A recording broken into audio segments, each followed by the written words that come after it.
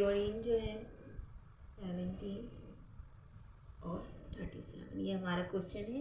Previous lecture में मैंने आपको बताया था कार्बन का एटॉमिक मास और एटॉमिक नंबर गिवन थे और कार्बन के नंबर ऑफ प्रोटॉन्स और number of neutrons find out करना सिखाए थे आपको। जो है पिछले लेक्चर में मैंने केमिस्ट्री का मॉडल पेपर का क्वेश्चन नंबर 2 सॉल्व कर रहे थे हम लोग, और वो उसका सोल्यूशन मैं आपको बता रही हूँ। आधा सोल्यूशन हुआ था और आधा सोल्यूशन मैं आज आपको बता रही हूँ, ठीक है। यहाँ पर क्लोरीन का जो है एटॉमिक नंबर और एटॉमिक मास गिवन है, ठीक है। ये जो 17 है ये किस चीज़ को रिप्रेजेंट करता है, ये एटॉमिक नंबर को रिप्रेजेंट करता है, और एटॉमिक नंबर को हम Z से रिप्रेजेंट करते हैं, ठीक है। और क्वेश्चन में जो दूसरी चीज़ गिवन है वो क्या है, ये 37 जो ऊपर जो वैल्यू गिवन होगी और जो लार्जर वैल्यू होगी उसे हम एटॉमिक मास कहते हैं, और एटॉमिक मास को हम A से रिप्रेजेंट करते हैं। जिन लोगों ने मेरा चैनल सब्सक्राइब नहीं किया है वो फ़ौरन ही मेरा चैनल सब्सक्राइब कर लें ताकि उनको मॉडल पेपर का कंप्लीट सॉल्व मिल जाए। मैं आपको तमाम सब्जेक्ट्स के मॉडल पेपर की कंप्लीट सॉल्यूशन प्रोवाइड करूँगी, तो प्लीज़ सब्सक्राइब माय चैनल, ठीक है। और इम्पॉर्टेंट भी बताऊँगी। उसके बाद जब भी हम क्वेश्चन सॉल्व करते हैं तो हम सबसे पहले डेटा बना लेते हैं। डेटा में जो है हम वो तमाम चीज़ें लिखते हैं जो हमें क्वेश्चन में गिवन होती हैं और जो हमें फाइंड आउट करनी होती है। तो क्वेश्चन में हमें गिवन है एटॉमिक मास, एटॉमिक मास को A से रिप्रेजेंट करते हैं, तो एटॉमिक मास की वैल्यू क्या है 37, हम यहाँ पर 37 लिख देंगे। उसके बाद क्या है एटॉमिक नंबर, एटॉमिक नंबर क्या है 17, Z से रिप्रेजेंट करते हैं एटॉमिक नंबर को, Z इज इक्वल टू 17। और क्या फाइंड आउट करना है हमें, number of protons find out करने हैं और number of neutrons find out करने हैं।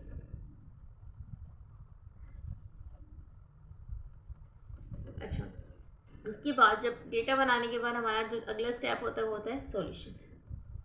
सॉल्यूशन लिखने के बाद जिस तरह से हमें पता है, हम पहले भी पढ़ चुके हैं कि एटॉमिक नंबर जो है वो किसके इक्वल होते हैं, नंबर ऑफ प्रोटॉन्स के। Number of protons is equal to atomic number, तो हम इस तरह से भी लिख सकते हैं number of protons is equal to atomic number Z, ठीक है। तो यहाँ पर क्या है नंबर ऑफ प्रोटॉन्स, Z की जगह Z की वैल्यू हम यहाँ पर लिख देंगे तो हमें नंबर ऑफ प्रोटॉन्स पता चल जाएंगे कितने नंबर ऑफ प्रोटॉन्स है। Z की वैल्यू क्या है, Z is equal to 17, number of protons कितने हैं 17, ठीक है। उसके बाद जो है हमारा नेक्स्ट स्टेप है, हमें दूसरी चीज़ क्या फाइंड आउट करनी है, नंबर ऑफ न्यूट्रॉन्स। यहाँ पर हम लिखेंगे now we find and, neutrons को हम n से स्मॉल n से रिप्रेजेंट करते हैं, ठीक है। तो नंबर ऑफ न्यूट्रॉन्स वो किसके बराबर है, number of neutrons is equal to sum of number of protons. Number of neutrons को जब हम फाइंड आउट करना है तो हम एटॉमिक मास का फॉर्मूला यूज़ करते हैं, ठीक है।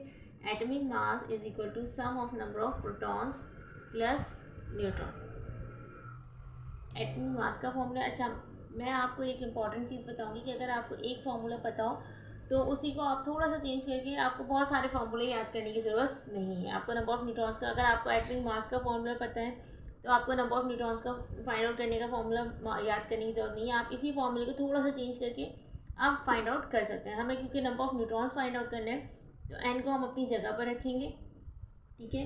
ए भी अपनी जगह पर है और जेड जब इक्वल के अपोजिट साइड पर आएगा तो ए माइनस जेड, जेड से पहले ये जो प्लस का साइन है ये यहाँ पर आने के बाद माइनस में चेंज हो जाएगा, ठीक है।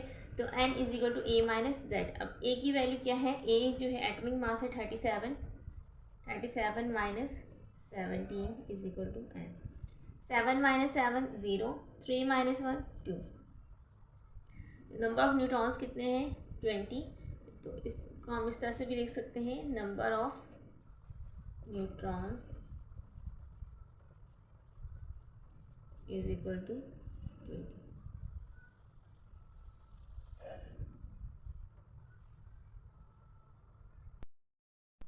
ये आपके मॉडल पेपर का क्वेश्चन नंबर 3 है। क्वेश्चन नंबर 2 तक मैं आपको सॉल्व करवा चुकी हूँ और सारी चीज़ें समझा चुकी हूँ। क्वेश्चन नंबर 3 है मॉडल पेपर का, what is an alloy, write down the composition and one use of brass and bronze. ये मैं अभी आपको बोर्ड पर समझाऊंगी और इसका पूरा solution करवाऊंगी।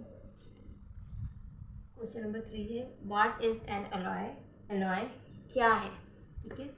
Right down the composition and one use of brass and bronze. आपको इसकी कंपोजिशन लिखनी है ब्रास की और ब्रॉन्ज की, और उसका एक यूज़ लिखना है। तो सबसे पहले हम अलॉय की हेडिंग डालेंगे। अलॉय है क्या?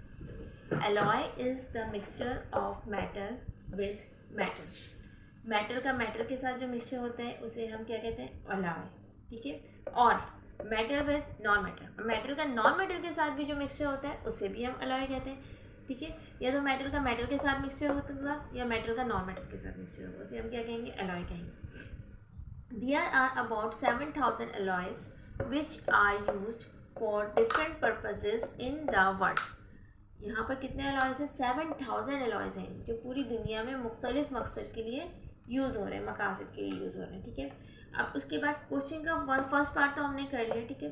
उसके बाद सेकंड पार्ट में है हमें क्या पूछा गया? कंपोजिशन और वन यूज़ पूछा गया ब्रास और ब्रॉन्ज का, ठीक है। तो हमने 3 कॉलम बना लिए। फर्स्ट कॉलम में हमने लिखा है name of alloy. Name of alloy क्या है?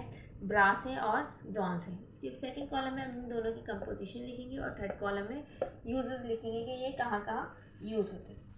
ब्रास जो है वो एक अलॉय है जो कॉपर और जिंक से मिलकर बनता है। किससे मिलकर बनता है? कॉपर और जिंक से। कॉपर का सिंबल है Cu और जिंक का सिंबल है Zn, और ये डोर नॉब्स में यूज़ होता है।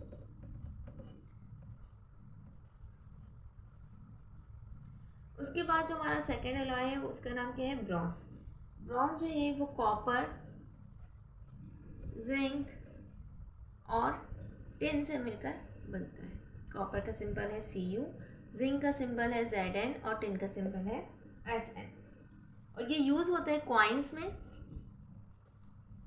और मेडल्स में।